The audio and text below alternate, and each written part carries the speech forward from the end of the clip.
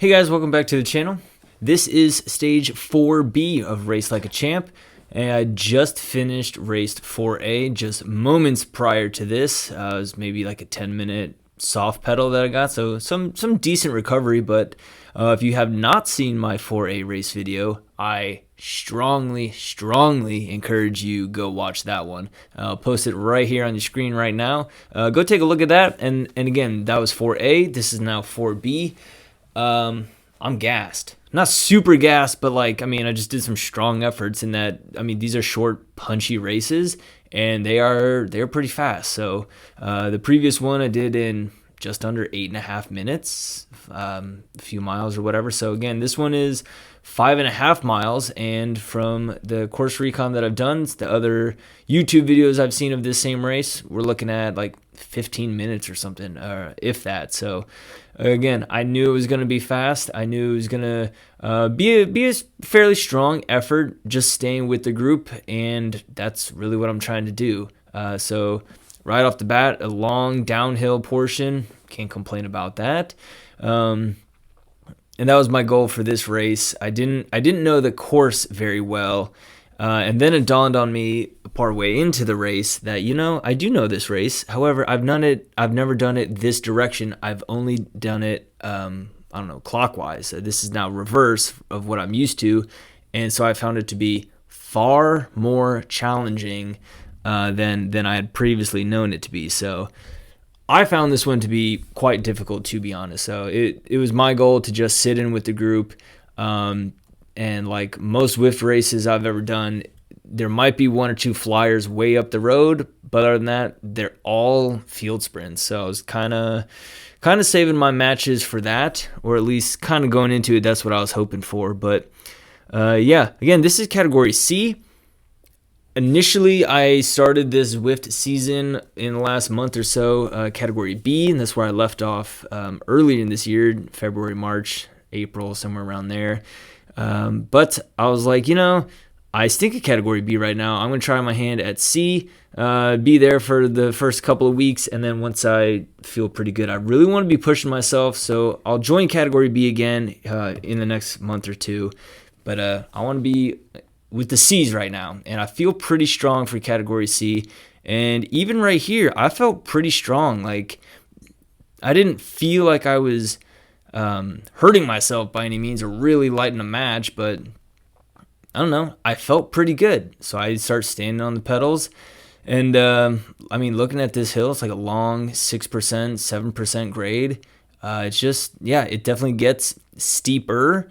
It's just like that long gradual climb. Here we are 8, 9, 10% right now. Dude, I'm feeling pretty good. So it's like, okay, let's just stand on the pedals and see what I can do. I'm not racing. I'm not like, I don't know. This was like steady effort for me. Didn't feel too bad. I'm going to tell you right now, heart rate is totally incorrect. Definitely not 125 beats per minute for doing 400 watts for this long. But look at this. I got like a 2-3 second gap on these guys, and that was dumb. Didn't really hurt me too bad, but it was just, looking back, yeah, that was kind of stupid, because I can't really hold down a good effort for a long period of time by myself.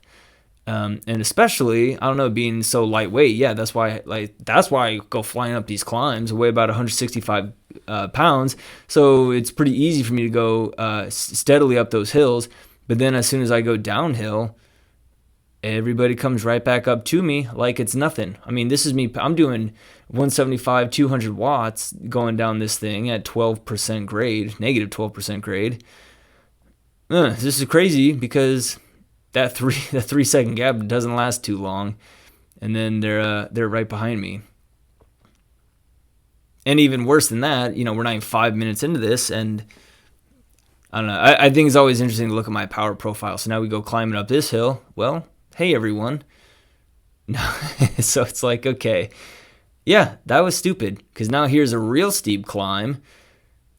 Not ultra long, but it's decently long. We're at 14% grade right now. So yeah, that was stupid. And now I really had to burn a match just to stay in with them. I I can't lose them. The goal is to stay with them, and we got another 4 miles to go, just shy of 4 miles. So whatever. So the first one didn't hurt, felt fine. I didn't, again, if I had actually ridden this course before and knew the hills and the ins and outs of it, I would have predicted it a little better. Tactics would have been slightly different. But it is what it is. I kind of pushed it on that first hill, felt fine, and then I had to dig much deeper than I really wanted to on that hill just to catch back up with everybody. So at this point, okay, I'm with them. We're going to close the gap. We're going to stay right behind them. Looks like we got a group of 8, 9, 10-ish, something like that right here. So some of them are dropping back a little bit, going over that hill. And then, we're going to go flying down this. This is the downhill portion. I think this is the part where I recognized it. I was like, oh, wait a second. I've done this before, but I've gone up this hill only ever. So I was like, oh, okay. But again, look, I'm doing 250 watts to close the gap downhill. So that's where I'm at a loss. I can go up the hill, no problem. Simple physics, man. The lightweight guys, they go up the hill, no problem. I got a problem going down the hill. So join the group, stick with everybody. And that's about it. We're going to skip ahead a little bit here. Nothing really happened. Just stay with everybody. It's about right here, just over a mile remaining. And again, had I done proper course recon, I would have known a little better. But we got this pretty steady, pretty gradual, 3, 4, 5, 6% grade. And this is kind of the beginning of the end here. Wasn't no hard efforts really, other than the two giant spikes in power, two bright red marks at the beginning of the race. And I was like, Eric, don't lose them. You cannot lose them right here. We're only not even 12 minutes in, so I kind of pick it up and I catch back on. I do close this gap, but it's like it took a minute to close. It's like 5 meters, 4 meters, 3 meters. Okay, now it's back on. But that was pretty tough. And so at this point, it's like, okay, I'm tired. I'm beat. This is the second race in a row.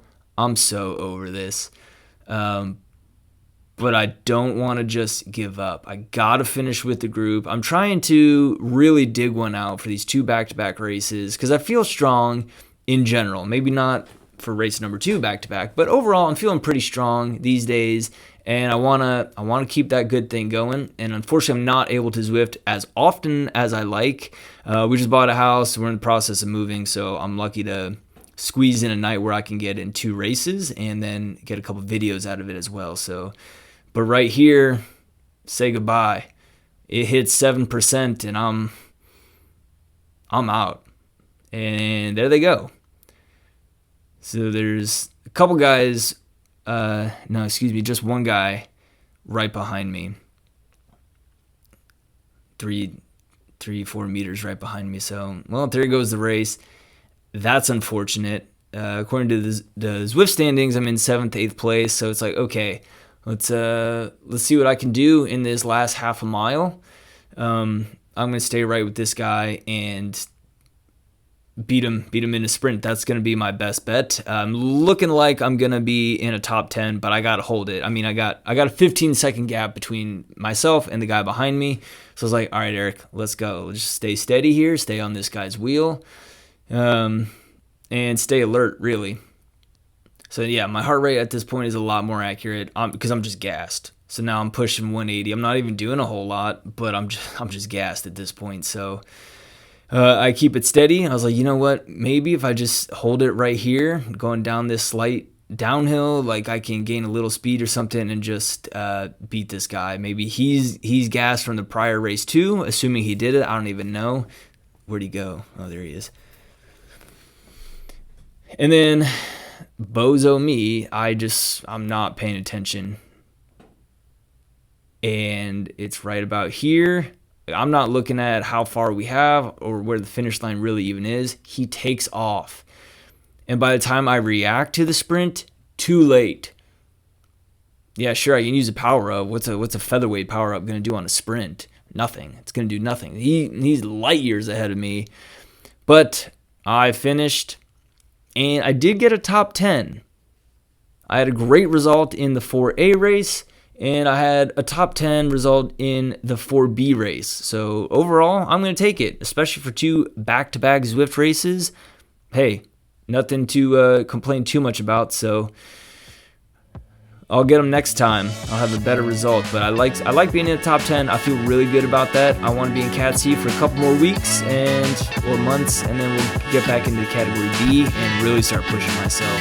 Really put the hurt on. So, guys, thank you so much for watching. I'll be sure to see you in the next one.